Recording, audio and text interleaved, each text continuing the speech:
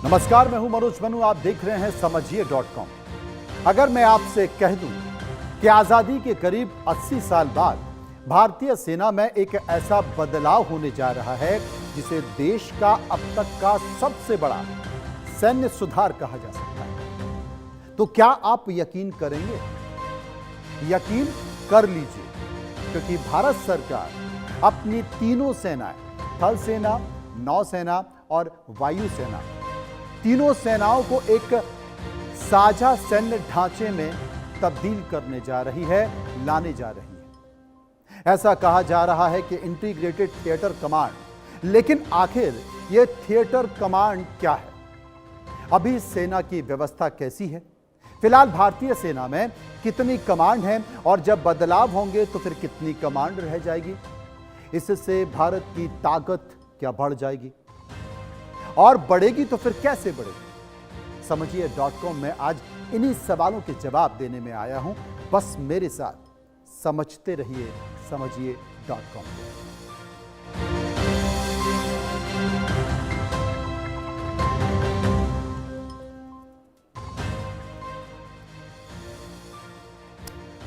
तो सबसे पहले समझिए कि आखिर इंटीग्रेटेड थिएटर कमांड क्या होती है, और इसे समझने के लिए सबसे पहले कमांड का मतलब समझना जरूरी है। किसी भी सेना में कमांड एक ऐसा सैन्य क्षेत्र होता है जिसके अंतर्गत एक निश्चित भौगोलिक इलाका या फिर विशेष जिम्मेदारी की पूरी कमान सिर्फ एक वरिष्ठ अधिकारी के हाथ में होती है।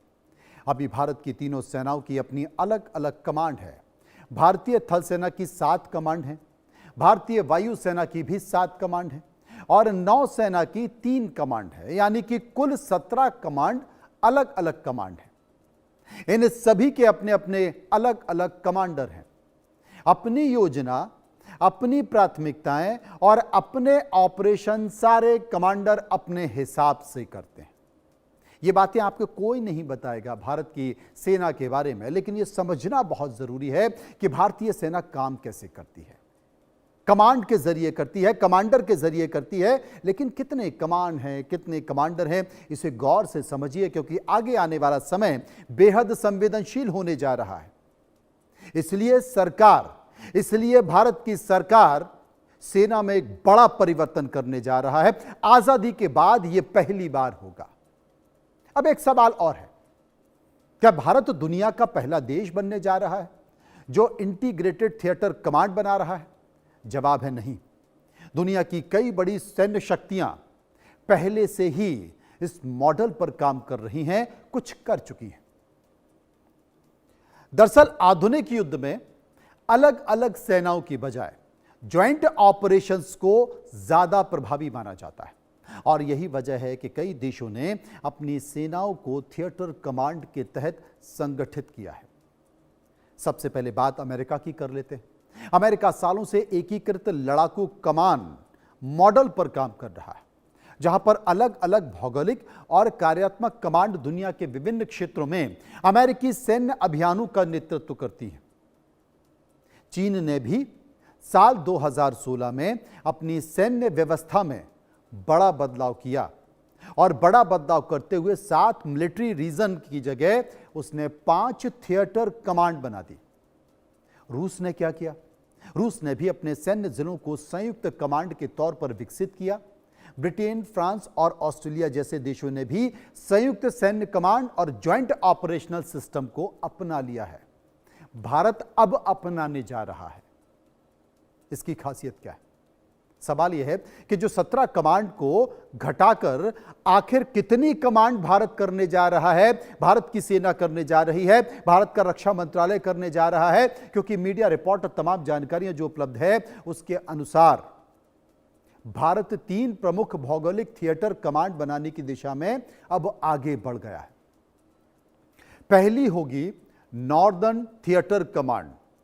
इसकी सबसे बड़ी जिम्मेदारी होगी चीन से लगने वाली सीमाओं की सुरक्षा करना, यानी कि LAC।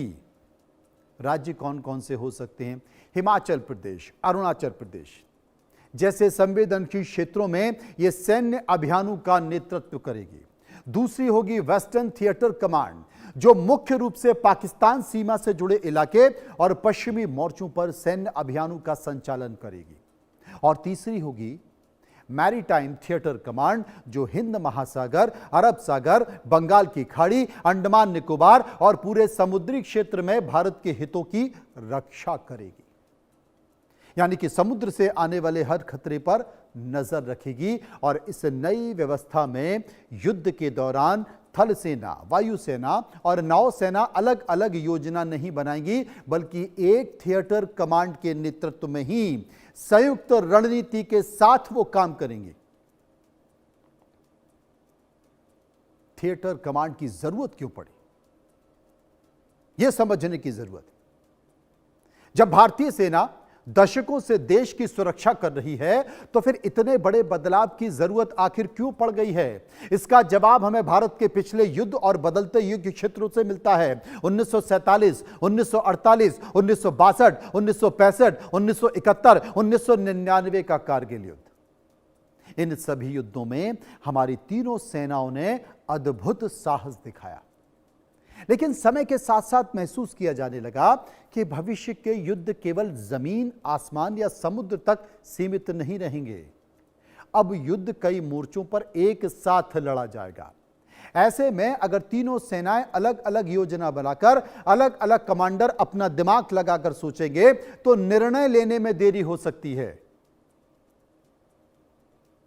कारगिल युद्ध के बाद गठित कारगिल रिव्यू कमेटी और बाद में फिर ग्रुप ऑफ मिनिस्टर्स की संयुक्त सैन्य व्यवस्था को मजबूत करने की जरूरत बताई गई थी। यह कहा गया था कि तीनों सेनाओं का एक कमांडर होना चाहिए। मतभेद हो जाते हैं।